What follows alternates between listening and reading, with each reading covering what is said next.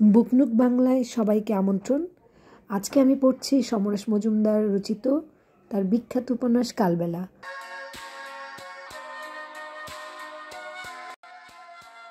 গুরু, তুমি আমাদের পার্টির লোক। শালা এতক্ষণ নকশা করছিলে। দুহাত জড়িয়ে ধরল অনিমেষকে। তবে ওখানে কংগ্রেসকে হারানো মুশকিল। কেমন বুঝলি? খুব অন্তরঙ্গ গলায় বলল বিশু। আমি না বললে করে চলে এসেছি। সে কি, কেন? আমার মনে হচ্ছে পার্টি যা করছে তার কোনো ভিত্তি নেই। সব কিছুর মানে থাকে না নাকি? আমরা যদি ক্ষমতা পাই কোনোদিন, তাহলে সুদে আসলে পুষিয়ে নেব। তাতে দেশের কি হবে? একটু একটু করে পাল্টাবে রাষ্ট্রনীতি কাঠামোয়। এর চেয়ে বেশি কিছু আশা করা অন্যায়। তুই চলে এসে ঠিক করিসনি, আখেরে নিজেরই ক্ষতি করলি। বিশু গম্ভীর হয়ে গেল। সে রাতে বাড়ি ফেরার পর অন্ধকারে হাঁটতে হাঁটতে কিছুদিন পর কলকাতামুখী ট্রেনের কামরায় বসে অনিমেষ একটা সিদ্ধান্ত নিল। আমরা যতই নানান ডিজাইনের বস্ত্র শরীরে চাপাই না কেন, তাতে শরীরে কোনো হেরফের ঘটে না। পোশাকের চমকে ঔজ্জ্বল্য চোখে লাগে, সুখ লাগে ঠিকই, কিন্তু যতক্ষণ শরীর সুস্থ না করা যায় ততক্ষণ অবস্থা অপরিবর্তিত থাকবেই। আমাদের রাজনৈতিক দলগুলো শুধু পোশাকের কথাই ভেবে যাচ্ছে, কিন্তু অন্য কিছু করার পথ কোথায়? কলকাতা ফিরে গিয়ে পার্টির নেতাদের খোলাখুলি কথাগুলো বললে কেমন হয়? পরক্ষণে মনে হলো তারও কি দুপায়ে এগোনো, একবার পিছিয়ে যাওয়া নীতি অনুসরণ করা উচিত। এখন চুপচাপ দেখে যাওয়ার সময়। সে যেমন পার্টির এই পথ মেনে নিতে পারছে না, তেমনি ওর মতো অনেকেই সেই কথা ভাবতে পারে। তাই সময় এলে পথ পরিষ্কার করে হতে বাধ্য। ফোড়া পেকে গেলে পুজো না বেরিয়ে থাকতে পারে। অতএব এখানে অপেক্ষা করা দরকার। এই সময় সে পরীক্ষাটা দিয়ে দিতে পারে। মহিতোষ তাকে একটুও গালমন্দ করেনি। এ থেকেই বোঝা যায় তাকে পেছনে জড়িয়ে রাখার মতো কেউ নেই। এই দেশে এমএ পাস করা নিতান্তই অর্থহীন। তবুও কাউকে খুশি করার জন্য আমাদের তো প্রতিনিয়ত অনেক অর্থহীন কাজ করে যেতেই হচ্ছে। এই যেমন পার্টি করছে এমন অহংকার করা। অনিমেষের মুখের দিকে বেশ কিছুক্ষণ চুপচাপ তাকিয়ে থাকলো বিমান। ঘরে ঢুকে সুদীপ ছাড়া আর কেউ নেই। এতক্ষণ গড়গড় করে কিছু মিথ্যে কথা বলার পর অনিমেষ এখন ভেতর ভেতর নার্ভাস বোধ করছে। এই সময়টার জন্য সে মনে মনে অনেক রিহার্সেল দিয়ে আসা সত্ত্বেও বুঝতে পারছিল তার দেখানো কারণ খুব জোরালো নয়। বিমান সুদীপের দিকে তাকিয়ে বলল, কি মনে হচ্ছে? নোভাচুরোর দেশলাই কাঠি দিয়ে ঠিক করতে করতে সুদীপ বলল, চট করে মনে হবে ও মিথ্যা কথা বলছে, কিন্তু মফস্বলের ছেলেদের মানসিকতা বড্ড খোলাটে। দেশের কাছাকাছি গেলে ওরকম দায়িত্বে বিস্তৃত হতে ওদের বেশি সময় লাগে না। বিমান বলল, অনিমেষ, আমি তোমার কথায় কোনো লজিক খুঁজে পাচ্ছি না। দাসপাড়ায় বসে তুমি খবর পেলে তোমার দাদুর অসুখ হয়েছে এবং কাউকে কিছু না জানিয়ে জলপাইগুড়ি চলে গেলে। সেখানে এতদিন থাকলে অথচ আমাদের কাউকে একটা চিঠি দিয়ে ব্যাপারটা জানালে না। প্রথম কথা, দাসপাড়ায় তোমাকে ওই খবর দেবার জন্য কে বসে থাকবে? দ্বিতীয়ত, খবর পেলে তোমার টিমকে জানানোর সময় ছিল না, এটা অবিশ্বাস্য। তৃতীয়ত, জলপাইগুড়ি থেকে তুমি দাসপাড়ায় ব্যাক করতে পারতে কিংবা অনেক চিঠি দিতে পারতে। অনিমেষ নিচু গলায় বলল, আপনাকে তো বললাম, খবরটা শুনে আমি এমন আপসেট হয়ে গিয়েছিলাম, কারোর সঙ্গে দেখা করার জন্য অপেক্ষা করতে পারিনি। চিঠি দেবার কথা ভেবেছিলাম, কিন্তু কোন ঠিকানায় দেবো বুঝতে পারিনি। সুদীপ বলল, তোমাকে তো অতটা নির্বোধ বলে মনে হয় না। তুমি এই কথাটা স্পষ্ট বলতে পারছো না কেন? অত কাছাকাছি গিয়ে তোমার খুব মন কেমন করছিল দেশে যাওয়ার জন্য। তুমি জানতে যে পারমিশন পাবে না, তাই কেটে পড়েছিলে চুপচাপ। অনিমেষ মাথা নাড়ল, না, এ কথা ঠিক নয়। বিমান বলল, আমি তোমার ব্যবহারে মর্মাহত। তোমার এই দায়িত্বজ্ঞানহীন কাজের জন্য আমাকে অনেক কৈফিয়ত দিতে হচ্ছে। তুমি উধাও হয়ে গেলে তুমি তো খুনি হয়ে যেতে পারতে। সেক্ষেত্রে পার্টি কী জবাব দিত? মোদ্দা কথা, তুমি পার্টির কাছে আমাকে অপদস্থ করেছ।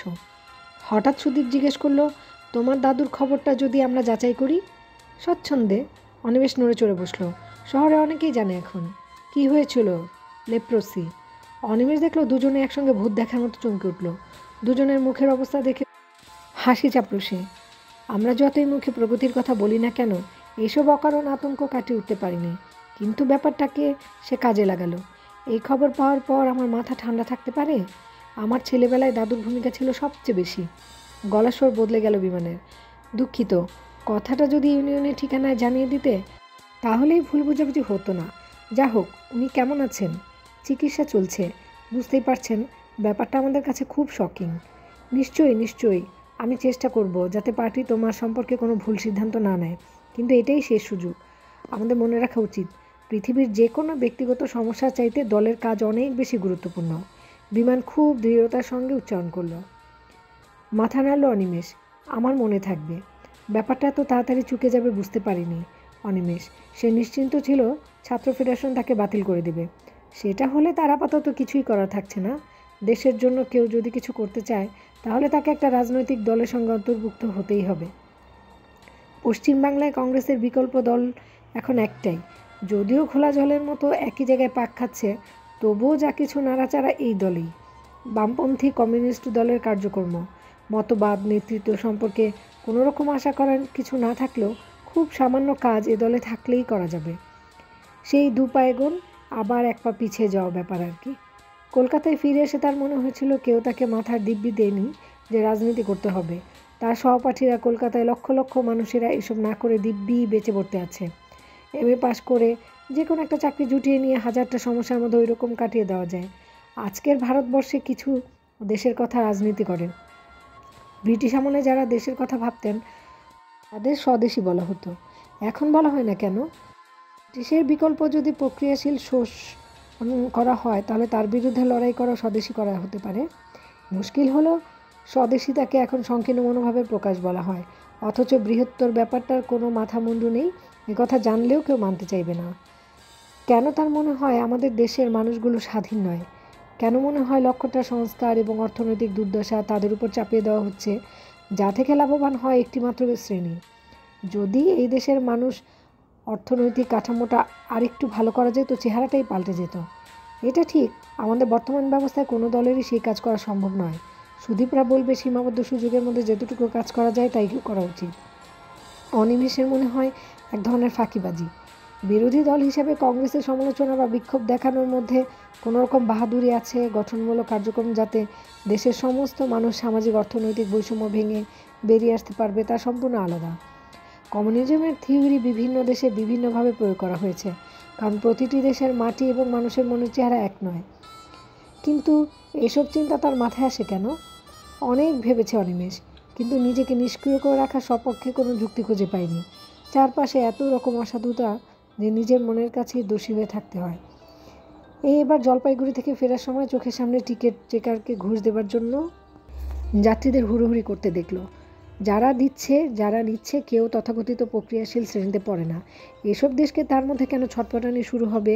সেই কোন শৈশবে বন্দে মাতরম শব্দটা উচ্চারণ করতে গিয়ে সমস্ত শরীরে এক ধরনের আবেগের কাঁটা ফুটে উঠত। তা কেনই হতো? সেই সময় রক্তে রোপিত স্বদেশী চিন্তাটা এতকাল নানান তাপের চেহারা পাল্টে পাল্টে কি তাকে এই ছটফটানি দিয়ে গেছে? তাই যদি হয়, সুদীপ বিমানদের সঙ্গে জড়িত থাকাই উচিত। ওরা কিছু করুক না করুক, কথাবার্তায় অনেক কিছু করার একটা পরিমণ্ডল সৃষ্টি করে, এতটুকুই লাভ। অনিমেষের খেয়াল হলো আজ বিমানদার আস্থা ফিরিয়ে আনবার জন্য দাদু তাকে পরোক্ষভাবে সাহায্য করলেন। এই একটি মানুষের কাছে ঋণ ক্রমশ বেড়েই যাচ্ছে, পৃথিবীর কোনো দামে তা শোধ করা যাবে না। কংগ্রেসের অবস্থা এখন ক্রমশ স্পষ্ট হয়ে আসছে। নেতৃত্ব চিরকালই বৃদ্ধদের হাতে থাকে। পশ্চিমবাংলার কংগ্রেসিরা বিধান রায়ের পর নিজেদের যে কতখানি স্থবির প্রমাণ করতে বদ্ধপরিকর হয়ে পড়েছে, তাদের অন্ধবিশ্বাস গান্ধীজির নামের মধ্যে একটা জাদুমন্ত্র আছে, যার দ্বারা দেশের মানুষকে ঘুম পাড়িয়ে রাখা যায়। এই দেশ মন্ত্রীদের ব্যক্তিগত সম্পত্তি ছাড়া কিছু নয়। বিরোধে শুধু চিৎকারেই নিজেদের অস্তিত্ব রাখা যায়। তাই ওদের কাছ থেকে কোনো ভয় নেই। মাঝে মাঝে দু এক টুকরা রুটি ছিঁড়ে দিলেই যথেষ্ট। তারা যে মেহনত করে দেশের মানুষকে স্বাধীনতা এনে দিয়েছে, তার দাবিতে চিরকাল তাদের গদিতে বসিয়ে রাখা দেশবাসীর পবিত্র কর্তব্য। এইসব ধারণা থেকেই ভারতবর্ষ গণতন্ত্রের সৃষ্টি, যে গণতন্ত্রকে ধনী গণতন্ত্র বলা যায়। এই বুর্জোয়া ডেমোক্রেসি দিয়ে সমাজতন্ত্র হয় না। কংগ্রেস সেটি আমদানি করেছে। বামপন্থী দলগুলো যদি নির্বাচনে যেতে, তাহলে ওই বুর্জোয়া ডেমোক্রেসির মধ্যে দিয়েই যেতে হবে। বামপন্থী দলগুলো নির্বাচনের মাধ্যমে কংগ্রেসকে সরাতে চাইছেন। ধনিক শ্রেণীর ব্যাংকিং যদি না থাকে তাহলে ফল লাভ কষ্টকর। আর সত্যি যদি ফল পাওয়া যায় তাহলে বুঝতে হবে এতকালে দেশের মানুষ নিপীড়নের বিরুদ্ধে মাথা তুলে দাঁড়িয়েছে। আজ বামপন্থীদের ভোট দিচ্ছে এই ব্যবস্থার পরিবর্তনের জন্য, কিন্তু একটা সাইকেলকে প্যাডেল ঘোরালে সামনের দিকেই নিয়ে যাওয়া যায়, পেছন দিকে প্রয়োজনে চালানো যায় না। নির্বাচনে জিতলে তাই বামপন্থীদের সম্পর্কে জনসাধারণ বাধ্য হয়েই মোহমুক্ত হবে। কিন্তু পাশাপাশি আরেকটা ব্যাপার অনিমেষ লক্ষ্য করেছিল। ভারতের মার্ক্সবাদী কমিউনিস্ট পার্টি আগামী নির্বাচনের কথা স্মরণ রেখে কৃষক সভার মাধ্যমে ব্যাপক আন্দোলনের কর্মসূচি নিয়েছে। খাস জমি বন্টন, বর্গাতত্ত্ব, খাদ্য, কাজ, মজুরি তালিকাভুক্ত। একটু একটু করে অর্থনৈতিক দাবি দেওয়া থেকে নিম্নবিত্ত শ্রেণী গণতান্ত্রিক অধিকার ও ক্ষমতা দখলের জন্য ভাবতে শুরু করেছে। দ্রব্যমূল্য বৃদ্ধি, ব্যাপক রাজনৈতিক নির্যাতন জনজীবনকে বিপর্যস্ত করে তুলেছিল। জনগণের একাংশ এর থেকে মুক্তি পাবার আশায় ক্রমশ রাজনৈতিক পরিবর্তন কামনা করতে শুরু করেছে। এই চেতনাটাকে কাজে লাগাচ্ছে বামপন্থীরা। যদিও তাদের বুর্জোয়া ডেমোক্রেসির বাধা পথেই শেষ হবে, কারণ ব্যবস্থাটা যে এক। তবুও এই আলোড়নের সময় যুক্ত থাকাই যে কোনো কর্মীর উচিত। অনিমেষ বিমান সুদীপদের সঙ্গে মিশে গেল। আজকাল অনিমেষের হাতে তেমন পয়সা কড়ি থাকে না। এবারে বাবার কাছ থেকে মুখ ফুটে বেশি টাকা চাইতে পারেনি। দাদুর অবস্থা দেখার পর তা সম্ভব নয়। পরমহংসের মতো টিউশনি যে তার পক্ষে করা সম্ভব নয় এটা বুঝতে পেরেছে। সামান্য কটা টাকার জন্য ওরকম বাধা জীবন মেনে নেওয়া অসম্ভব, অথচ কোনো সমাধান নেই। দ্বিতীয় যে ব্যাপারটা জলপাইগুড়ি থেকে ফিরে এসে অনিমেষ শুরু করলো সেটা হলো পড়াশোনা। এখন তার ঘরের টেবিল জুড়ে কমিউনিজমের উপর লেখা নানান বই, পত্রপত্রিকা ছড়ানো থাকতো। সব কাজ চুকিয়ে রাতের খাওয়ার পর নিয়ে বসত অনিমেষ। পড়তে গিয়ে অনিমেষ প্রথমে ভেবেছিল যে অসীম সমুদ্রে পড়বে। দীর্ঘদিন সংস্রব না থাকা একটু নার্ভাস হয়ে পড়েছিল। কিন্তু বাংলা এমন একটা বিষয় যে সামান্য মস্তিষ্ক থাকলে দখল নেওয়া কষ্টকর হয়। একমাত্র ভাষাতত্ত্ব বুঝতে তার অস্বস্তি হচ্ছিল। ব্যাপারটা ফাঁকিবাজি দিয়ে সম্ভব নয়। পালি প্রকৃতিও প্রথমে এরকম মনে হয়েছিল, কিন্তু দীর্ঘদিন গঠনের ফলে কিছু বেরিয়ে আসে। অনিমেষ ঠিক করলো যাই হোক না কেন এমএটা এবার এই সম্মানের সঙ্গে পাশ করতেই হবে। কোনো ফলশ্রুতি নেই, পাশ করলে অন্ধকার এসব জেনেও করতে হবে। কারণ নিজেকে অযোগ্য ভাবতে রাজি নয়। যে বাসনা নিয়ে দেশের মানুষ রাজনীতি করে সেই বাসনাতেই তাকে পাশ করতে হবে। মাধবীলতা এমন অদ্ভুত চুপচাপ। দাসপাড়ার অভিজ্ঞতা এবং পরের ঘটনা অনিমেষকে বুঝিয়ে বলেছে। মাধবীলতা শুনেছে কিন্তু কোনো প্রতিক্রিয়া দেখায়নি। যে অনিমেষ যা করবে তা সে বুঝে শুনেই করবে। ক্রমশ মেয়েটা যেন তার উপর নির্ভরতা বাড়িয়ে ফেলেছে। এই নির্ভরতা প্রতি মুহূর্তের অর্থনৈতিক চাহিদা নয়, মানসিকতায়। অনিমেষ কোনো অন্যায় করতে পারে না এরকম একটা বিশ্বাস ওর মনে অটল। সেই প্রথম দিকের জ্বলে ওঠা মেয়েটা যেন জাদুমন্ত্রের এখন সমর্পণের চাহনিতে বুঝিয়ে দেয় সে কথা। এরকম মেয়েকে আঘাত দেওয়া যায় না। অনিমেষ অনুভব করে মাধবীলতা তার জীবনে থাকলে কোনো অশুভ শক্তি তাকে ক্ষতি করতে পারবে না। ভিয়েতনামে আমেরিকা তার চূড়ান্ত আঘাতটি হানল। তখন সাম্রাজ্যবাদী শক্তি মরিয়া হয়ে তখন তার অন্ধতা আসে। এদিকে সমস্ত বিশ্বের শান্তিপ্রিয় মানুষ আমেরিকার বিরুদ্ধে ধিক্কারে উত্তাল। বিক্ষোভ দেখানো হচ্ছে পৃথিবীর বিভিন্ন জায়গায়, এমনকি আমেরিকাতেও এই দৃশ্য দেখা গেল। পরপর কয়েকদিন ওরা আমেরিকান দূতাবাস ও চৌরঙ্গি তথ্য কেন্দ্রের সামনে বিক্ষোভ করলো। আমেরিকার রাষ্ট্রপতির কুশপুত্তলিকা পুরালো, ট্রাফিক বন্ধ, নেতারা জ্বালাময়ী বক্তৃতা দিলেন। অনিমেষরা স্লোগান দিচ্ছিল, দুনিয়া সর্বহারা এক হোক। কিন্তু ট্রাম বাস বন্ধ হয়ে যাওয়ায় বিরক্ত মানুষের চাপা উষ্মা প্রকাশ করছিল। অবশ্য এত বড় মিছিলের বিরুদ্ধে প্রকাশে কিছু বলার ক্ষমতা বা সাহস কারো নেই। অনিমেষ শুনল একজন চাপা গলায় আরেকজনকে বলছে, শালা, আমাদের হাজারটা সমস্যার সমাধানের নাম নেই, কোথায় ভিয়েতনামে আমেরিকা কী করছে সে নিয়ে কুমিরের কান্না কাঁদছে। অনিমেষ কথাটা বিমানকে বলতে বিমান ক্ষুব্ধ হলো। সুরেন ব্যানার্জি রোদে দাঁড়িয়ে বলল, এই মানসিকতা কংগ্রেসি কুশনের ফসল। আমার ঘরে জ্বর পড়েছে বলে অন্যের ঘরে আগুন নিভাতে ছুটব না। অনিমেষ বলল, আমরা প্রতিবাদ করছি ঠিক আছে, কিন্তু ভিয়েতনামীদের জন্য আমাদের কিছু করা উচিত। বিমান বলল, আমাদের সমর্থন ওদের কাছে পৌঁছে দিলে ওরা জোর পাবে। তা ঠিক। অনিমেষ, অন্যভাবে আমরা যদি সাহায্য করি তাহলে ওদের উপকার হয়। আমরাও কাজে কিছু করতে পারলাম বলে তৃপ্তি পাবো। কিভাবে? জামা কাপড়, ওষুধ, খাবার এসব পাঠিয়ে। ভালো, কিন্তু আমাদের ফরেন সার্ভিস সেগুলো পৌঁছে দেবে কিনা, সেটা সরকার তাতে অনুমতি দেবে কিনা তা তো জানি না। ঠিক বলেছ, ভিয়েতনামি সংগ্রামীদের জন্য সাহায্য তোলা যায়। বিমান বলল। সংগ্রামী শব্দটার পাশে সাহায্য কথাটা খুব খারাপ শোনালো অনিমেষের কানে। সে বলল, না, লোকের কাছে ভিক্ষা করব না। আমরা একটা বড়সড় অনুষ্ঠান করে টিকিট বিক্রি করে টাকা তুলে ওষুধ কিনতে পারি। আপনারা কথা বলে দেখুন। অনুমতি পাওয়া গেল। ইউনিভার্সিটি ইউনিয়ন থেকে ভিয়েতনামে এইড কমিটির সুদীপ কনভেনার, অনিমেষ সম্পাদক। কয়েকদিন ধরে জোর আলোচনা চলল। ঠিক হলো মহাজাতি সদনে অনুষ্ঠানটি হবে। সকালে হলে কম ভাড়া লাগে, সেরকমভাবে হোক, খরচ কমাতে হবে। সবাই একমত হলে কোনো রকম হালকা গান বাজনা নাটক হবে না, জনসাধারণকে উজ্জীবিত করতে হবে, এইভাবে অনুষ্ঠানটি করা দরকার। তখনই পাল্টা কথা এলো, অর্থ সংগ্রহ যদি প্রধান উদ্দেশ্য হয় তাহলে জাগরণের গান ফান হলে টিকিট বেশি বিক্রি হবে না। দেখা গেল কমিউনিস্ট পার্টির গণনাটা সংঘর্ষের সঙ্গে একদা যুক্ত হয়ে যারা বিখ্যাত হয়েছেন তারা হয় পার্টি ছেড়ে দিয়ে লঘু অনুষ্ঠান করেছে, নয় ডানপন্থী কমিউনিজম। ভারতীয় মার্ক্সবাদী কমিউনিস্ট পার্টির কালচারাল ফোরামে কোনো জন চিত্তজয়ী শিল্পী নেই। তাহলে দু একজন তাত্ত্বিক কিংবা প্রচুর কর্মী বক্তা থাকা এক, আর প্রকৃত শিল্পী থাকা অন্য কথা। তখন ঠিক হলো কমিউনিজমের প্রতি অনুগত অথচ কোনো দলের সঙ্গে জড়িত নয় এমন শিল্পীর সন্ধান করতে হবে। এই অবস্থায় সুদীপ প্রস্তাব দিল নাটক অভিনয় করানোর।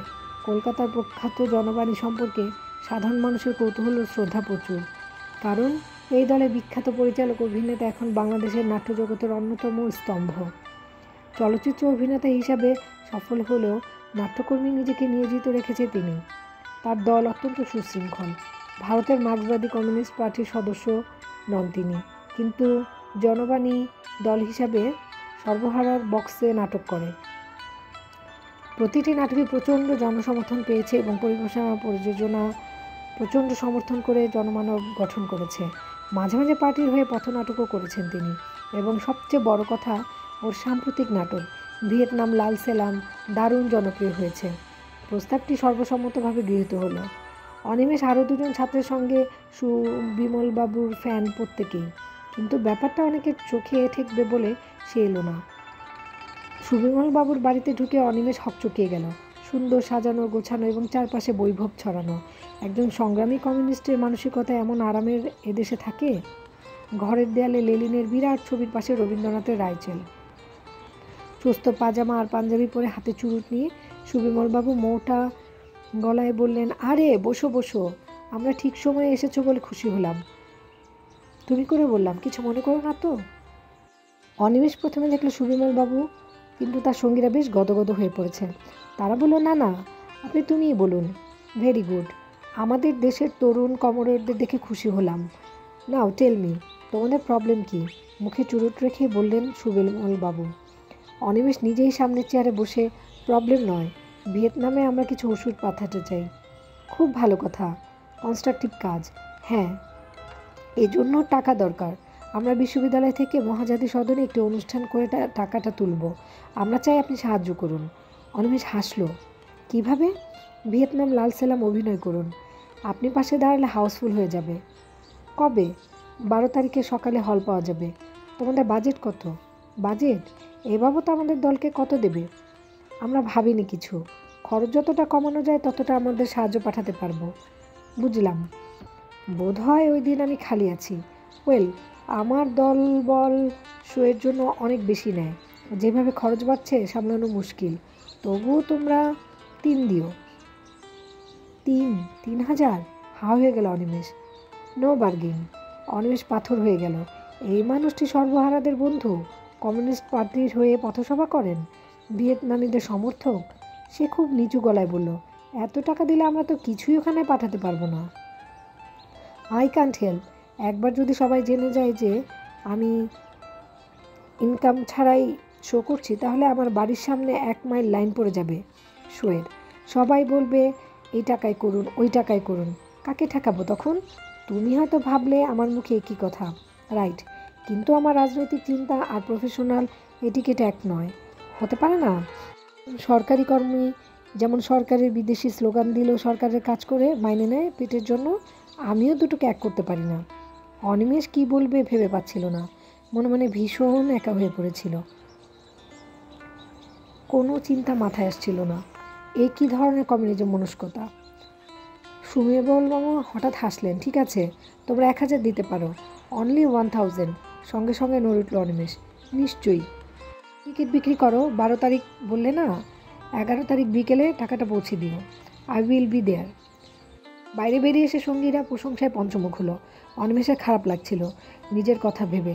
ভদ্রলোক যে ওকে দিয়ে খেলা করছিলেন তা বুঝতে পারেনি। না পেরে আজেবাজে চিন্তা করেছে। সুবিমলবাবুকে আজ সবাই গর্ব করে। তিনি কি ভিয়েতনামে সাহায্য অনুষ্ঠানে না এসে পারেন? হু হু করে একদিনই টিকিট বিক্রি হয়ে গেল। অনুষ্ঠানের আগের দিন টাকাটা পৌঁছে দেওয়া হলো মহাজাতি সদন টইটুম্বরে। সকালবেলাতেই জনবাণী এসে গেছে। মেকআপ নিচ্ছে তারা। অনিমেষকে নানান ঝামেলা সামলাতে সামলাতে ছুটোছুটি করতে হচ্ছে। সুদীপের সঙ্গে সুবিমলবাবু কথা বলছিলেন। অনিমেষ দেখলেন উনি এখনও মেকআপ নেননি। অভিনয় শুরুর আগে সুদীপ বলল, আজকের অনুষ্ঠানের আগে কেন এটা করেছি তা দর্শকদের বলা দরকার। সুবিমলবাবুও বলবেন। পর্দা উঠল। অত মানুষের সামনে এই প্রথম অনিমেষ কথা বলল মাইকের সামনে দাঁড়িয়ে। উদ্দেশ্য ব্যক্ত করে দর্শকদের জনবাণীকে ধন্যবাদ দিল সে। তারপর সুদীপ এসে বলল সুবিমলবাবুকে অনুরোধ করছে কিছু বলার জন্য। সুবিমলবাবুর নামের আগে জনদরদি বিশ্লেষণ দিল সে। উনসের পাশে দাঁড়িয়ে স্তম্ভিত অনিমেষ দেখল সুবিমলবাবু আরেকজন সঙ্গীর উপর ভর দিয়ে কোনো ক্রমে মাইকের সামনে এসে দাঁড়ালেন। আমি অত্যন্ত অসুস্থ, ডাক্তার আমাকে বিছানায় শুয়ে থাকতে বলেছে, কিন্তু ভিয়েতনামের জন্য ছাত্রবন্ধুরা এই অনুষ্ঠানের আয়োজন করেছে, আমি শুয়ে থাকতে পারি না। না, কোনো বিশেষণের প্রয়োজন নেই, একটু অভিনয় করতে চেষ্টা করি মাত্র, কিন্তু প্রতিক্রিয়াশীল শক্তির বিরুদ্ধে চিরকাল লড়ে যাব। জনসাধারণকে বোঝাবো তারা কী অবস্থায় আছে। আমি একজন দৈনিক মাত্র, আমার কথা বলতে কষ্ট হচ্ছে, তবুও না এসে পারলাম না। আমার দল অভিনয় করবে, আপনারা সহযোগিতা করুন, আমার সঙ্গে বলুন আপনারা ভিয়েতনাম লাল সেলাম। সঙ্গে সঙ্গে হল ফেটে গেল শব্দে, লাল সেলাম লাল সেলাম। খুঁড়িয়ে খুঁড়িয়ে স্টেজ থেকে বেরিয়ে এসে অনিমেষের মুখোমুখি পড়ে গেল বিমল বাবু। চুরুট বের করে বলল, একটা ড্যাশলাই দাও তো। চোয়াল শক্ত করে অনিমেষ বলল, আমার কাছে নেই। আরেকজন ছুটে এসে দিল। সেটা নিয়ে এক দৃষ্টি কিছুক্ষণ অনিমেষকে দেখলেন সুবিমলবাবু, তারপর অদ্ভুত কায়দায় হাসলেন। ড্যাশলাইয়ের বাক্সটা দেখেছ? বারুদ মাখানো কাঠিগুলো জল বাতাস থেকে বাঁচানোর জন্য এই বাক্সটা দরকার। কোনটা দামি, বাক্স না কাঠি? দুটোই, তাই না? কথাটা শেষ করে স্মার্টলি বেরিয়ে গেল হল থেকে। সেখানে তার গাড়ি অপেক্ষা করছে। তখন নাটক শুরু হয়ে গেছে। আমেরিকান মিলিটারিদের অত্যাচার দেখে দর্শকরা ধিক্কার দিচ্ছে। জনবাণী দারুণ অভিনয় করেছে সুবিমলবাবুর বদলে যিনি করেছে তিনি সর্বহারাদের কথার সমান দরদে মঞ্চে বলেছে। অনিমেষ নাটক দেখছিল না, সমস্ত ব্যাপারটাই তার কাছে সাজানো, রঙিন বেলুনের মতো মনে হচ্ছিল। বেলুনটা বাড়ে না, কারণ সে জানে তাহলে ফেটে যেতে পারে, কিন্তু একটা সুচ দরকার অবিলম্বে। দাসপাড়ায় উপনির্বাচনে কংগ্রেস প্রার্থী বিপুল ভোটে জয়লাভ করলেন। কলকাতার মানুষ খবরের কাগজের এই সংবাদটা তেমন গুরুত্বই দিল না, যেন একটা খুব স্বাভাবিক ব্যাপার। না জেতাটাই ছিল আশ্চর্যের। ভোটের ফলাফল বের হলে অনিমেষে হিসেব করল মোট ভোটে 70% বাক্সে পড়েছে। বাকি 30% যারা ভোট দেয়নি তাদের সমর্থন পেলে কী কাণ্ড হতো বলা যায় না। দেখা গেল আগেরবার বিরোধী প্রার্থী যত ভোট পেয়েছিল তার থেকে 1000 খানেক বেড়েছে। বিমান বা সুদীপ এই নির্বাচন নিয়ে কোনো কথা বলছে না। যা গিয়েছে তার সম্পর্কে ভেবে কিছু লাভ নেই। পার্টির নেতারা নিশ্চয়ই নিজেদের মধ্যে আলোচনা করে ত্রুটিগুলো সামলে নেবেন। অনিমেষ জিজ্ঞাসা করতে বিমান জবাব দিয়েছিল, পর্যালোচনা চলছে। বিমলবাবুর ব্যাপারটার পর থেকে অনিমেষ নিজের ভেতরে যেন উৎসাহ খুঁজে পাচ্ছিল না। এই মানুষটি দ্বৈত সত্তার কথা জেনেও পার্টি তাকে মূল্যায়ন করে বারবার, কমরেডে সম্মান দেয়, কথা শোনে, কিন্তু আলোচনা উৎসাহ পায় না। এই সময় ভারতবর্ষ আর পাকিস্তান একটা যুদ্ধে লিপ্ত হলো। সন্ধ্যের পরই কলকাতা শহর অন্ধকারে ডুবে যায়। তড়িঘড়ি করে মানুষ বাসায় ফিরে যাচ্ছে। যে কোনো মুহূর্তেই পাকিস্তানের বোমারু বিমান কলকাতার আকাশে 2-1টা বোমা টুক করে ছেড়ে দিয়ে যেতে পারে। আর চীনের সঙ্গে তখন গোলমালটা লেগেছিল, তখন তার মতো দিশাহারা অবস্থা এখন নয়। মানুষ জানে পাকিস্তান যতই গর্জাক, ভারত দখল করার হিম্মত নেই। কিন্তু এই মুহূর্তে ভারতবাসী কংগ্রেস সরকারের পাশে দাঁড়িয়ে বহুমুখী বিরোধিতা মুগ্ধ হয়ে আছে। তবুও যুদ্ধটা ঠিক জমছে না। এই যুদ্ধ অনেকটাই সাজানো, ফলাফল জানাই আছে। এরকম বোধ পার্টির নেতাদের থেকে শুরু করে ক্যাডার পর্যন্ত সঞ্চারিত। সাধারণ মানুষও বেশ মজা পেয়েছিল। সিনেমা দেখবার ভঙ্গিতে কাগজে যুদ্ধের খবর ছড়িয়ে পড়ার কারণ তারা সবাই জানে পাকিস্তানিরা কখনোই তাদের গায়ে হাত দিতে পারবে না। কিন্তু যুদ্ধের কারণেই কংগ্রেস সম্পর্কে তিক্ততা ক্ষীণ হয়ে গেল। অবশ্য শেষ পর্যন্ত যুদ্ধের আজ গায়ে লাগলো। হু হু করে জিনিসপত্রের দাম বেড়ে যাচ্ছে। ভারতবাসীর মতো সব সইয়ে জাত পৃথিবীতে বিরল। কোথাও কোনো প্রতিবাদ নেই, যেন যুদ্ধ হলে দাম বাড়াটাই স্বাভাবিক। চোখের সামনে মানুষ মানুষকে ঠকাচ্ছে, সেটাকে খুব স্বাভাবিক ভঙ্গিতেই গ্রহণ করছে সবাই। অনিমেষের মনে হয় 47 সালের 15ই আগস্ট এদেশের মানুষের মেরুদণ্ডটাই খুলে দিয়ে মাউন্টব্যাটেন সাহেব দেশে চলে গেছে। যুদ্ধ যখন থেকে গেল তখন খুব আফসোস হচ্ছিল। পাকিস্তান কেন পূর্ববঙ্গকে ব্যবহার করলো না? কেন ঢাকা থেকে ফাঁকে ফাঁকে বোমারু বিমান উড়ে এসে কলকাতার উপর বোমা ফেলল না? যদি কোনো জাদুমন্ত্র পাকিস্তানি সেনা পশ্চিমবাংলায় ঢুকে পড়ে, তাহলে উত্তেজনায় আগুন পোয়ানোর বিলাসিতা ছাড়তে হবে। এদেশের মানুষকেই ছকে সাজানো রাজনৈতিক দলগুলোর নেতাদের তখন হারিয়ে যেতে বাধ্য হতো। প্রতিরোধ শক্তি জনসাধারণের মধ্যে ছড়িয়ে পড়লেই এইসব নেতাদের ছুঁড়ে ফেলতে একটু সময় লাগতো না। এদেশে কমিউনিজম প্রতিষ্ঠা করতে হলে সশস্ত্র যুদ্ধ চাই। ঘরে আগুন না লাগলে ঘরের প্রতি ভালোবাসা টের পাওয়া যায় না। স্বার্থের পৃথক খোলসগুলোকে চূর্ণ করতে যুদ্ধ চাই, নইলেই নিরাশক্তির ভান কখনোই ঘুচবে না।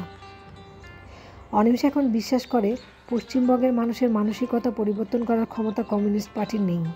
শুধু প্রতিপক্ষকে গালিগালাজ করলে হয়তো একটি সাময়িক সমর্থন পাওয়া যায়, কিন্তু সাধারণ মানুষের কাছে গ্রহণযোগ্য হলে তার যোগ্যতা অর্জন করতে হয়। সেটিই করা হচ্ছে না। যা কিছু চটজলদি আবেগকে পরিচালিত করা হয়, সাধারণ মানুষ তাকেই গ্রহণ করে। এদেশের কমিউনিস্ট কিন্তু চটজলদি আবেগকে পরিচালিত করে সাধারণ মানুষের তাকেই গ্রহণ করবে।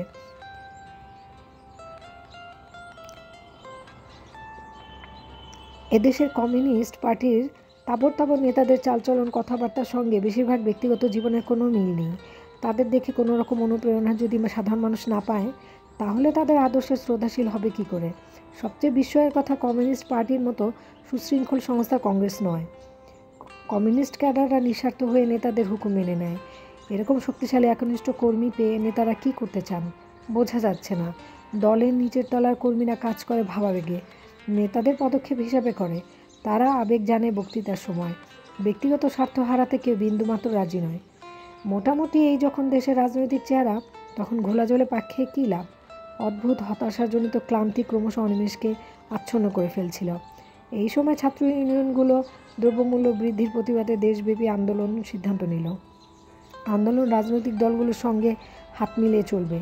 বিশ্ববিদ্যালয় থেকে মিছিল করে মনুমেন্ট পর্যন্ত গিয়ে নেতাদের বক্তৃতা শুনতে, এই হলো আন্দোলনের চেহারা।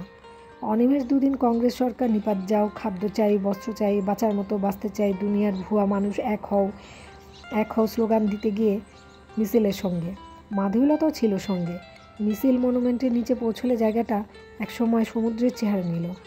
বাঁশের খুঁটির উপর লাল কাপড়ের মঞ্চে নেতারা বসে সেই সমুদ্র দেখছিল। মাধবীলতা এই প্রথম এত সব নেতাদের একসঙ্গে দেখতে পেয়ে বেশ উত্তেজিত হয়েছিল।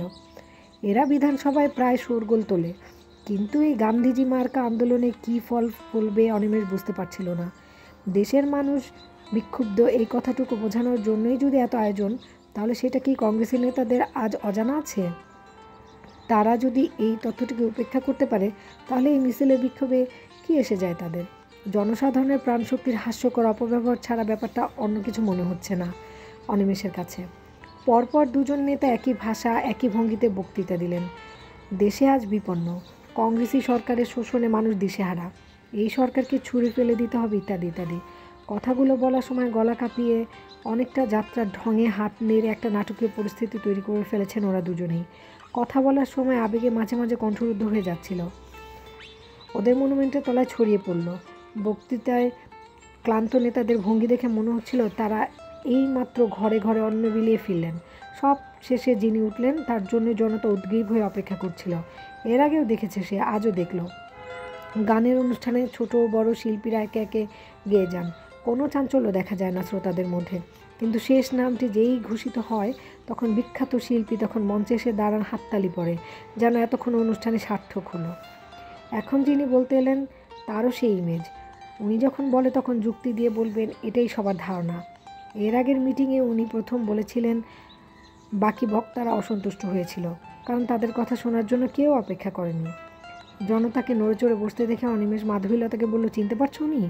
মাধবীলতা বলল, হ্যাঁ, বেশ ব্যক্তিত্ব আছে না?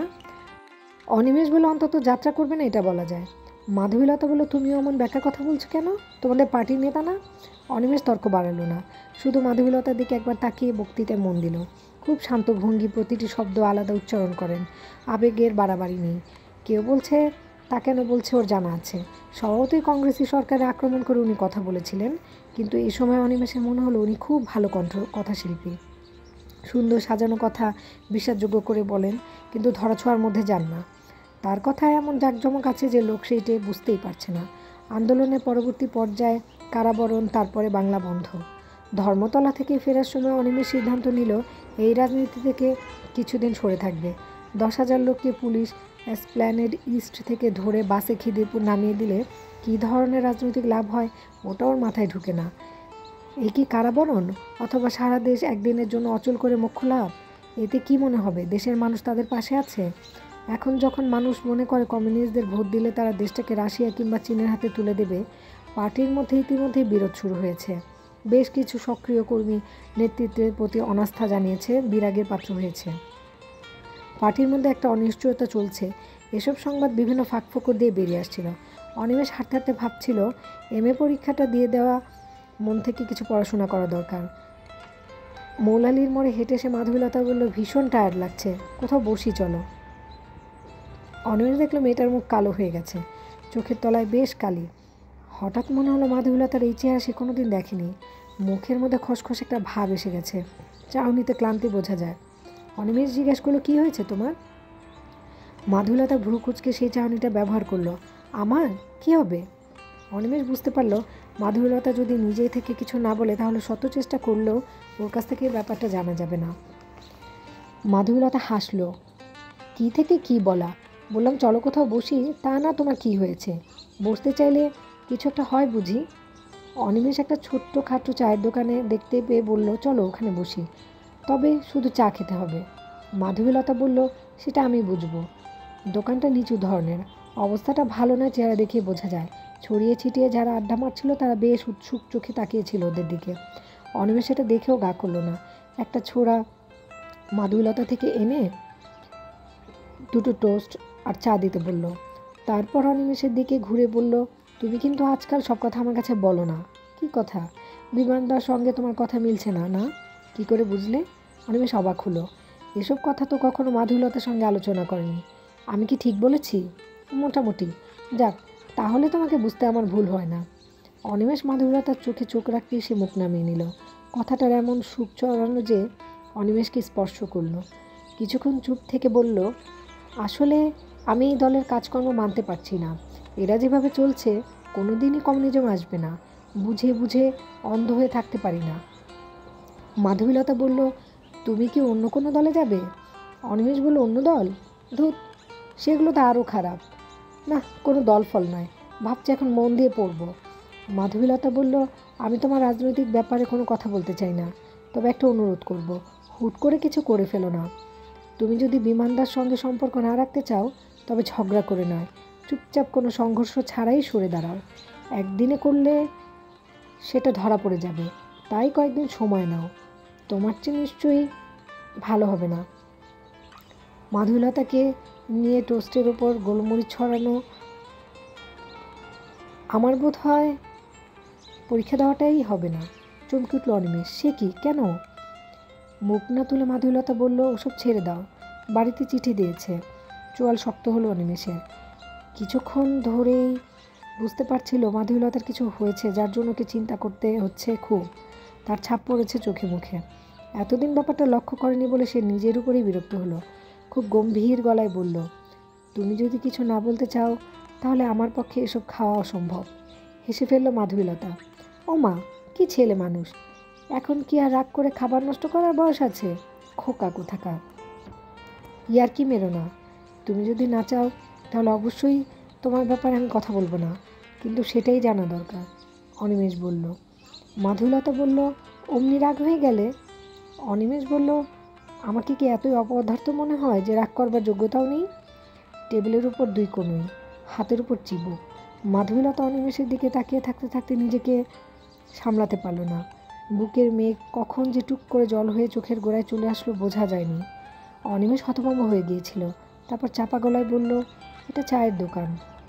দেওয়ালের দিকে মুখ ঘুরিয়ে চট করে 2 চোখ সামনে নিল মাধবীলতা। কিন্তু তার ভেতরটা ঠান্ডা হতে বেশ সময় লাগলো আরও কিছুক্ষণ। ওরা নীরবে টোস্ট খেয়ে চায়ের কাপ হাতে নিল। অনিমেষ কোনো কথা বলছিল না।